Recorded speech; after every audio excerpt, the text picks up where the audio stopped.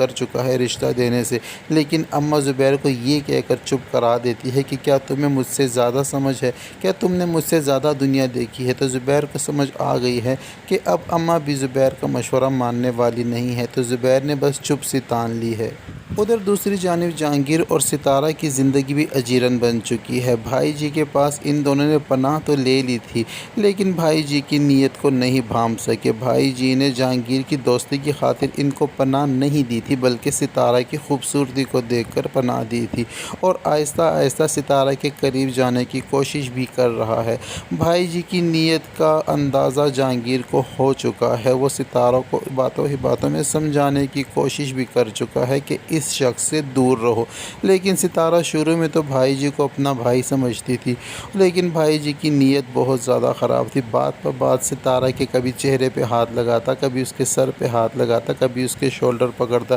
لیکن ستارہ دولت کی پجاری، دولت کی بھوکی، بھائی جی کی دولت کو دیکھ کر اس کو بھائی جی کی حرکتوں کا اندازہ ہی نہیں رہا۔ لیکن یہ ساری چیزیں جہانگیر نوٹ کر چکا ہے، اور جہانگیر کئی بار ستارہ کو سمجھا چکا ہے کہ میں تمہیں کہتا ہوں کہ جب میں گھر پہ نہ ہوا کروں تو تم بھائی جی سے دور ہی رہا کرو، بلکہ اپنے کمرے میں رہا کرو۔ لیکن ستارہ تو کھانے پینے کی بھوکی ہے، کبھی بھائی جی کے ساتھ ڈنر پر جا رہی ہے، تو کبھی شاپنگ پہ جا رہی ہے، اور کبھی اس سے مہنگے تحفے تحائف وصول کر رہی ہے۔ اور اب تو بھائی جی نے بھی حد ہی کر دی ہے، کیونکہ جب کہ ان دونوں کی اصلیت بھائی جی کے سامنے آ چکی ہے، اور بھائی جی جان چکے ہیں کہ ستارہ اپنے سابقہ خاوند کو قتل کر کر بھاگی ہے گھر سے، اور گھر سے مال اور دولت بھی لے کر بھاگی ہے، لیکن وہ مال اور دولت تو اب ان دونوں کے پاس ہے نہیں۔ لیکن بھائی جی ستارہ کو پولیس سے بچانے کی دھمکیاں دے رہا ہے، اور کہہ رہا ہے کہ اگر تم میرا ساتھ نہیں دو گی تو میں تمہیں پولیس سے کیسے بچاؤں گا۔ یہاں تک کہ اب تو کھلے الفاظ میں بھائی جی نے ستارہ سے یہ بھی کہہ دیا ہے کہ پولیس کیس ختم کرنے کے لیے پانی کی طرح پیسہ بہانا پڑتا ہے، اور جب تم کماؤ گی نہیں تو پیسہ کہاں سے بہاؤ گی۔ بھائی جی یہاں ابھی ستارہ کو مس یوز کرنا چاہتا ہے، ستارہ سے غلط کام کروانا چاہتا ہے، اور ستارہ بھی بھائی جی کی نیت پہ سمجھ گئی ہے، کیونکہ بھائی جی تو اس سے شادی نہیں کرنا چاہتا، کیونکہ پچھلے ایپیسوڈ میں بھائی جی ستارہ کو سجا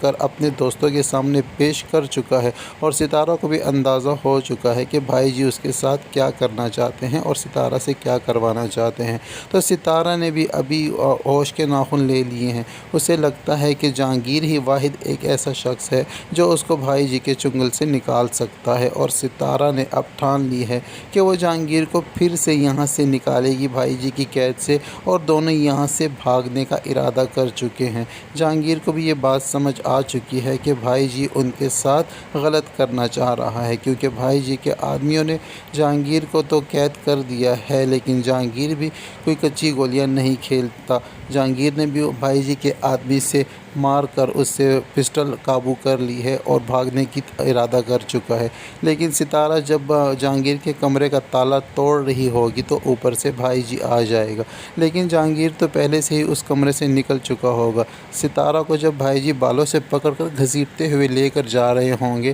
تو سامنے سے جہانگیر اپنی گن ہاتھ میں پکڑا ہوئے آ جائے گا اور بھائی جی پر گن تان لے گا، اور جہانگیر کے ہاتھ میں گن دیکھ کر بھائی جی کو بھی غصہ آئے گا، اور بھائی جی یہ بھی جانتے ہیں کہ جہانگیر چاہے جیسا بھی ہے وہ کچھ بھی کر سکتا ہے، لیکن ستارہ پر گولی نہیں چلا سکتا۔ بھائی جی خود کو بچانے کی خاطر ستارہ کو آگے کریں گے اور جہانگیر سے کہیں گے کہ ہمت ہے تو چلاؤ گولی، لیکن جہانگیر بھی یہاں ڈر رہا ہے، کیونکہ اگر وہ گولی چلائے گا تو ستارہ کو نہ لگ جائے، کیونکہ جہانگیر لاکھ برا صحیح مگر وہ کسی کی جان نہیں لے سکتا، کیونکہ ستارہ نے جب اپنے شوہر کو زہر دے کر گھر سے بھاگی تھی، اور جب یہ بات جہانگیر کو پتہ چلی تھی تو جہانگیر کے تاثرات تب بھی اچھے نہیں تھے، کیونکہ جہانگیر چوری تو کر سکتا ہے لیکن کسی کی جان نہیں لے سکتا۔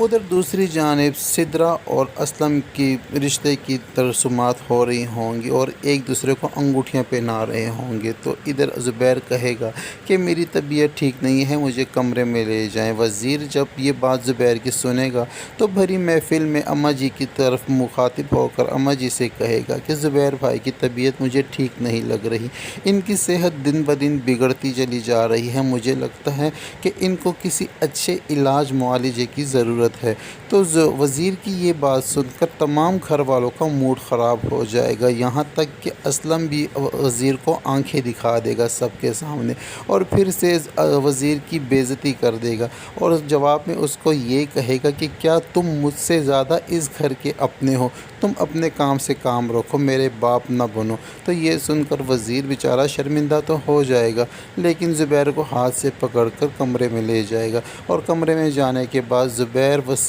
وزیر کو منت کرے گا اور اسے کہے گا کہ یار کچھ بھی کر کے میری بیوی اور بچیوں کو ڈھونڈ لاؤ، میں اب ان کے بغیر نہیں رہ سکتا، بس وہی میری ہمدرد ہیں جو میرا خیال بھی رکھیں گی، اور میں اپنے کیے کی معافی بھی ان سے مانگ لوں گا۔